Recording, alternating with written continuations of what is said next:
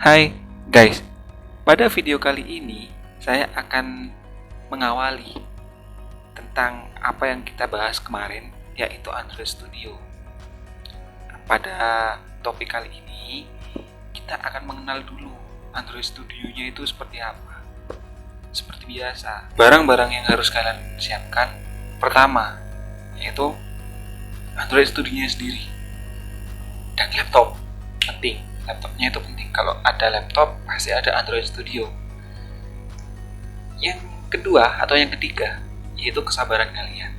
Kenapa saya bilang kesabaran? Jika laptop kalian belum mumpuni untuk menjalankan Android Studio, kalian butuh kesabaran untuk menjalankan tersebut. Nah, langsung saja kita masuk ke videonya. Tapi sebelumnya, bagi kalian yang belum subscribe channel ini, segera subscribe channel ini, karena di channel ini kita akan membahas seputar teknologi informasi yang akan membuat hidup kalian lebih inspiratif, produktif, dan inovatif. Oke, masuk saja ke videonya. Pertama, jika barang-barang yang sudah kalian siapkan sudah ada, kalian langsung masuk ke Android Studio-nya. Ini merupakan Android Studio-nya tampilannya yang sudah ada project-nya. Bagi yang belum ada project-nya, caranya begini. Kalian bisa Ctrl N atau ke file, setelah itu new project. Berikut tampilannya kalau kita mau membuat project baru. Kalian pilih Empathy Activity dulu. Ini yang basic, yang paling awalnya. Jadi di sini saya jelaskan basic-basicnya dari Android Studio. Awal tampilannya seperti apa. Yang nantinya bisa kita lanjutkan ke part selanjutnya. Nah, ini kalian next. Setelah kalian pilih Empathy Activity, kalian kasih nama dulu aplikasinya. Itu mau dikasih aplikasi apa namanya? Hello World, Mobile Legends, UBG, atau yang lain itu. Nah, setelah kalian isi, yang bawahnya jangan diisi juga, ini biarkan. Setelah itu kalau kalian ingin lebih ringan, ini sarannya, kalau kalian memang ingin meringankan laptop kalian dalam menjalankan Android Studio, saran saya itu di sini, di minimum SDK. Kenapa di sini? Satu, kalian jangan pilih OS tertinggi, yaitu Android 10. Kenapa? Karena Android 10 ini minimal RAM emulator. Nah, SDK ini apa? Ini emulator. Jadi kalau kalian pilih Android 10, nantinya minimum RAM yang harus ada di Android 10 ini yaitu 1 GB. Jadi kita nggak bisa ngeset RAM-nya di bawah 1 GB. Padahal aplikasi kita ini masih awal, hanya menampilkan Hello World nih. Ini masih awal. Jadi belum terlalu berat. Jadi saran saya gunakan OS yaitu 4.403 atau 4.0 Ice Cream. Kenapa? Karena di OS tersebut minimum RAM-nya itu bisa kita press seminimum mungkin. Biasanya sih kalau punya saya nih ya, device saya Acer dengan prosesor Ryzen 3, EPU-nya pakai Vega 2 dan RAM-nya 8 GB. Seharusnya sudah bisa mumpuni lah. Tapi saya press, kenapa saya press RAM emulatornya? Biar saat menjalankan itu lebih minim. Nanti juga saya akan beritahu untuk mengepres RAM yang kita gunakan untuk emulator di Android Studio-nya. Nah, di sini kita pilih Ice Cream lalu kalian finish. Nah, di belakang saya sudah membuatnya ini. Jadi saya nggak perlu membuat lagi. Setelah kalian finish, tampilannya itu akan seperti ini. Nah, ini tampilan lembar kerja kita. Begini kalau awalnya gini. Tapi saya ini matikan, bukan saya matikan, saya perkecil biar space halaman kerjanya lebih besar. Pertama kita kenali dulu di sini. Di sini ada dua file yang langsung kebuka. Ini apa? Nah, pertama yang main activity ini tempat kita menulis fungsi dari aplikasi kita. Kalau di activity main.xml ini itu tempat desain. Jadi kita ngedesain aplikasi kita seperti apa itu di activity_main.xml. XML. Kalau di main activity.java ini tempat functionnya. Oke, bisa dipahami.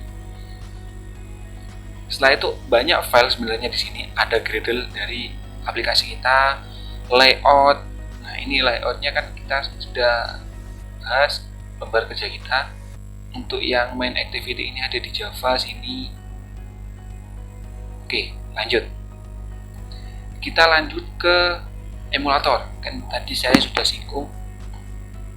Pilih sistem operasi yang terendah 4,0 atau 4,0,3 ice cream. Kenapa demikian? Karena bisa kita press untuk RAM-nya. Nah, untuk settingan emulatornya kita bisa ngeset di sini di AVD Manager. Kalian klik saja di sini. Nah, di sini ini saya sudah membuat 3 Android, 3 emulator. Kalau kita bisa lihat ini, kita edit yang Nexus 5X So Advanced. Nah, di sini saya masih menggunakan Android 7 Nougat. Sedangkan kita bisa menggunakan RAM di bawah 1 GB itu di OS Lollipop ke bawah. Jadi Lollipop itu udah, coba saya contohkan aja. Kita pakai Nexus 5X, next. Setelah itu kita pakai, kok tadi ada Lollipop ya?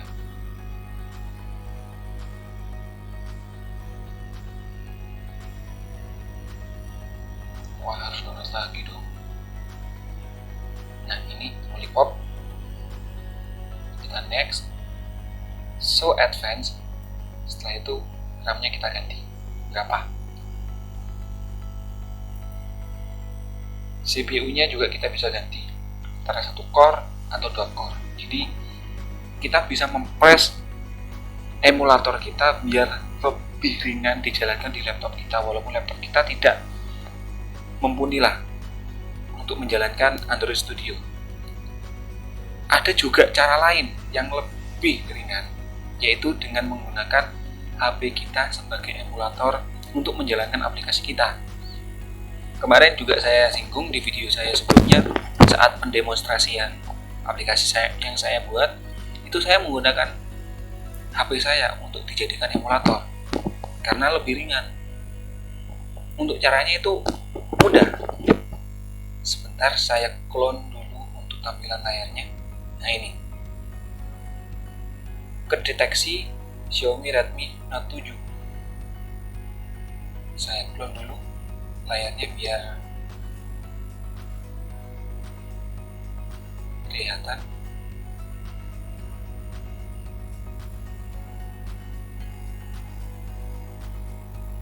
Nah, ini tampilan HP saya. Saya masuk untuk caranya gini. Sebelumnya kalian harus menginstal dulu yang namanya driver ADB. Kalau kalian belum ada, saya ada kayaknya ini. Ini drivernya. Kalian harus punya driver ini dulu supaya HP kalian itu sudah terhubung ke laptop kalian. Jadi kalian harus install driver Universal ADB-nya. Kalau kalian cari, saya cari di lewat HP saya aja dah, biar enak.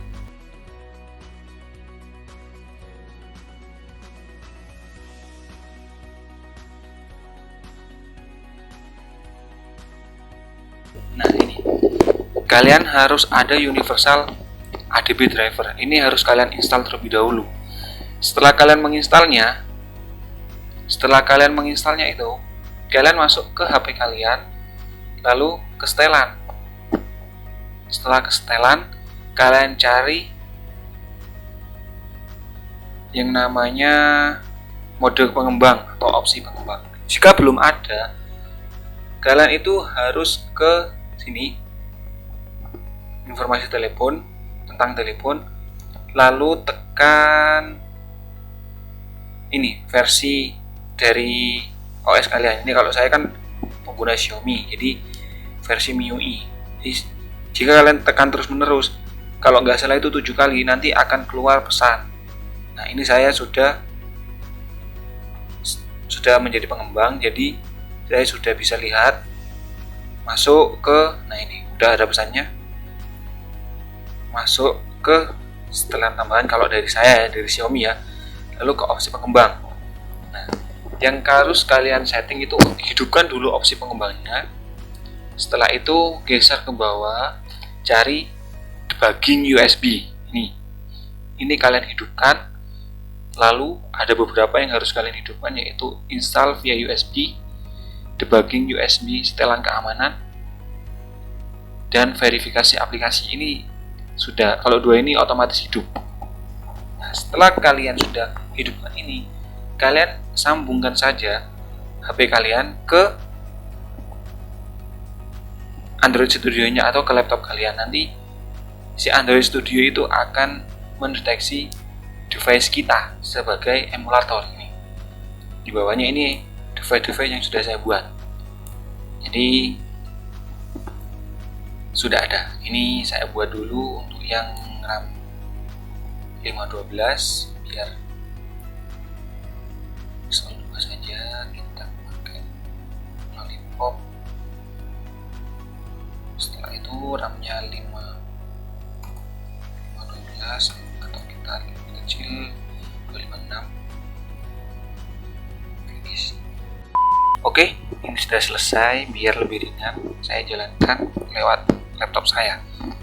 Nah, setelah kita bahas emulatornya, sekarang kita bahas aktivitas dari Android Studio kita, dari aplikasi yang kita bahas, yang kita buat. Nah, kita bisa melihat aktivitas laptop, aktivitas aplikasi kita dari log chat ini. Nah, dia jalan.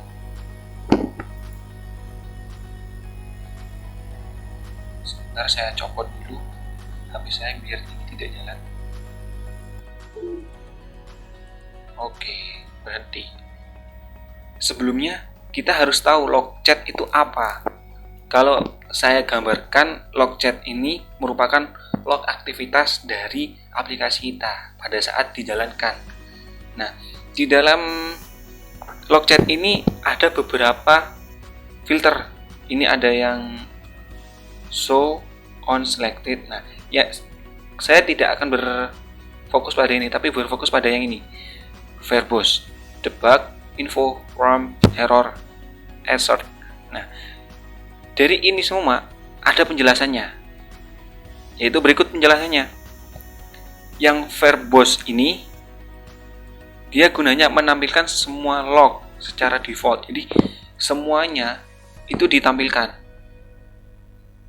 Kalau di debug ini hanya menampilkan pesan log debug yang berguna selama pengembangan saja. Jadi saat kita mengembangkan aplikasinya, kita bisa lihat dari sini saja. Jadi yang lain tidak ditampilkan. Nah, kalau di verbose ini semuanya ditampilkan, termasuk yang ada di debug itu. Tapi kalau di debug ini kita lebih berfokus pada satu titik. Nah, begitu juga di info. Di info ini hanya menampilkan pesan log yang diharapkan untuk pengguna reguler. Serta di warn ini menampilkan kemungkinan masalah error yang belum menjadi error. Jadi sebuah coding yang belum error, sudah diprediksikan error, itu ditampilkan. Setelah itu yang error, dari katanya saja error, ini menampilkan masalah yang mengakibatkan error. Nah, kalau assert ini assert menampilkan masalah yang kejadiannya tidak pernah diharapkan oleh developer. Jadi masalah ini anggapannya aplikasi kita sudah fix, sudah tidak ada error.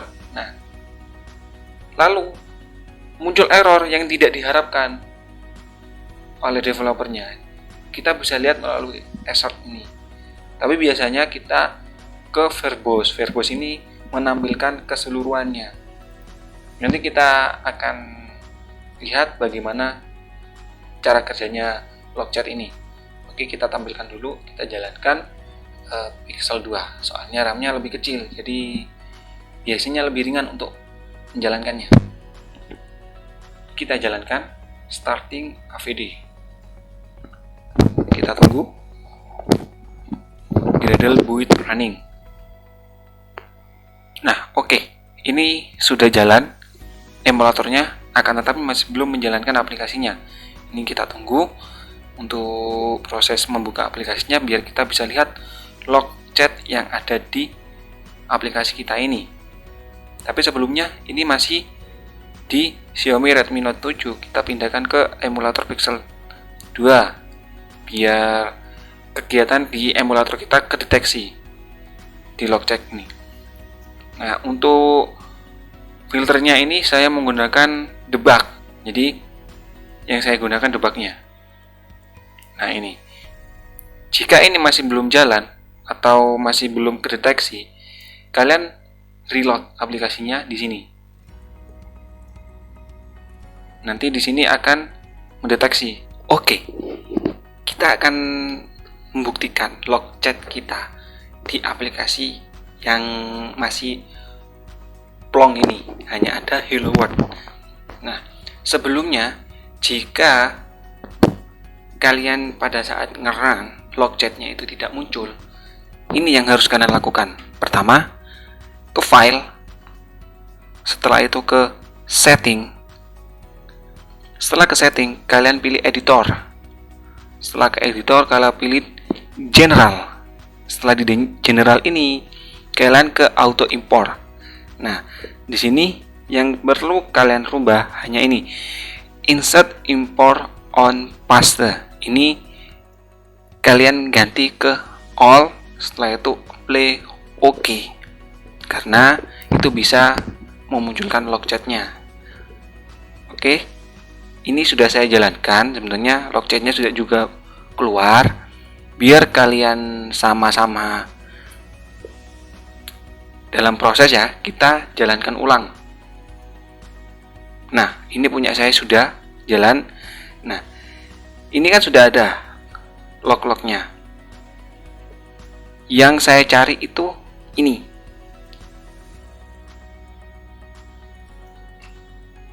Hello World. Soalnya saya sudah mengisi. Kenapa saya muncul ini?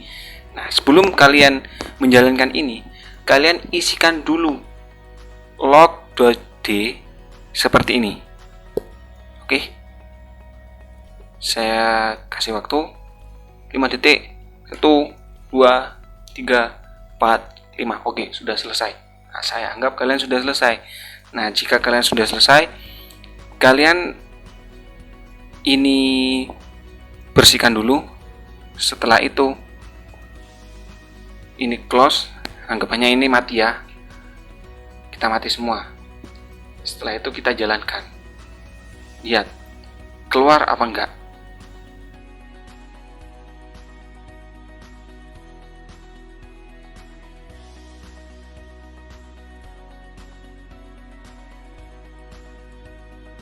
Nah, ini kalian pilih yang connect ini ya. Soalnya kan tadi sudah disconnect. Jadi kalian pilih yang hidup ini. Ini nggak keluar. Kenapa? Tadi saya log chatnya masih ke disconnect ini. Seharusnya kalian sudah keluar. Kayak punya saya tadi. Nah, ini keluar. Kalau kalian ganti ini langsung otomatis keluar. Ingat, ini saya ganti ke debug. Soalnya saya mau cari yang ini dengan pesan Hello World. Kita cari secara teliti saja di sini. Kita besarkan biar enak.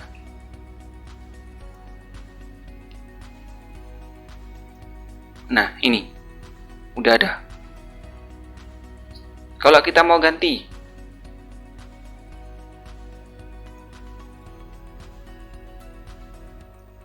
berhasil. Nah, kita jalankan ulang.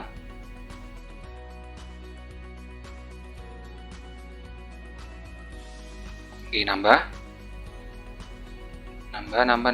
Kita cari Ingat, pesannya berhasil. Oke, ini ada. Nah, kenapa log chat ini penting? Ya ini, kita buat untuk melihat error yang ada di aplikasi kita. Nah, ada satu lagi yang mau saya bahas, yaitu siklus activity. Nah, siklus activity ini apa? Pertama kita bahas activity-nya dulu.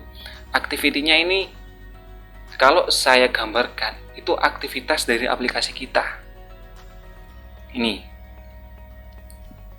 Jika disamakan untuk aplikasi desktop dan web itu sama halnya gini. Saya kasih dulu contohnya. Bentar. Sebenarnya saya sudah punya gambarnya.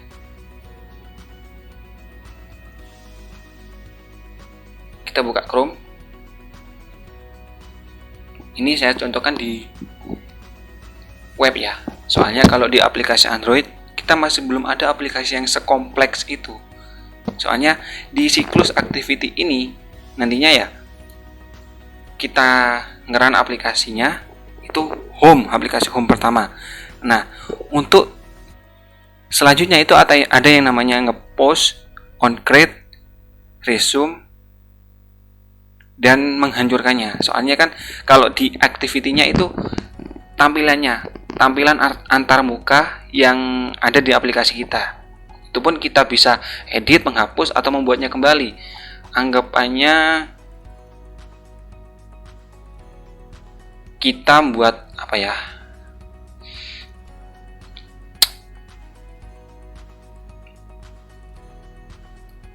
Gini aja. Nah, ini itu tampilan awalnya. Terus saya gambarkan lagi di aplikasi di web pengisian data.